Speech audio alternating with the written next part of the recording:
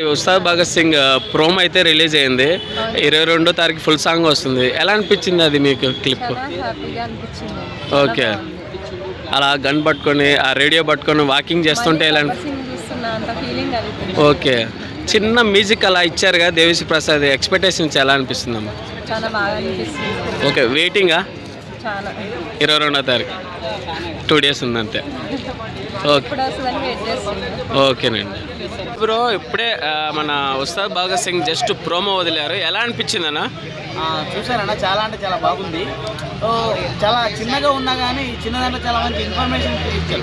Okay, so Kalyan Babu గారు ఉన్నారంటే ఆ స్వాగ్ ఎవరు మర్చిపోలేరు. సో ఇక్కడ కూడా ఈ స్వాగ్ ఎవరు మర్చిపోకూడదు.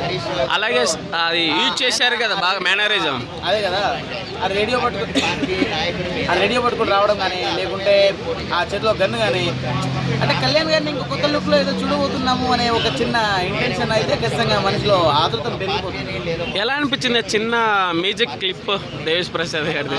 కొంచెం ఏదో మన గబ్బర్ సింగ్ లో విన్నట్టు అలా వచ్చింది. ఓకే, మరో గబ్బర్ సింగే వస్తుందని చెప్పేసి అనుకోవచ్చు అన్న. ఓకే ఓకే, అంటే మంచి గబ్బర్ సింగ్ లాంటి కల్ట్ ఒకటి రాబోతుంది అని మాత్రం అనుకోవచ్చు. 22వ తారీఖు ఫుల్ సాంగ్ వస్తుందిగా, ఎలా ఉండబోతుంది మీ ఎక్స్పెక్టేషన్? ఎక్స్పెక్టేషన్ చెప్పలేదన్నా, ఓకే, డాన్స్ చేయడం అంతే అంతే. ఓకే.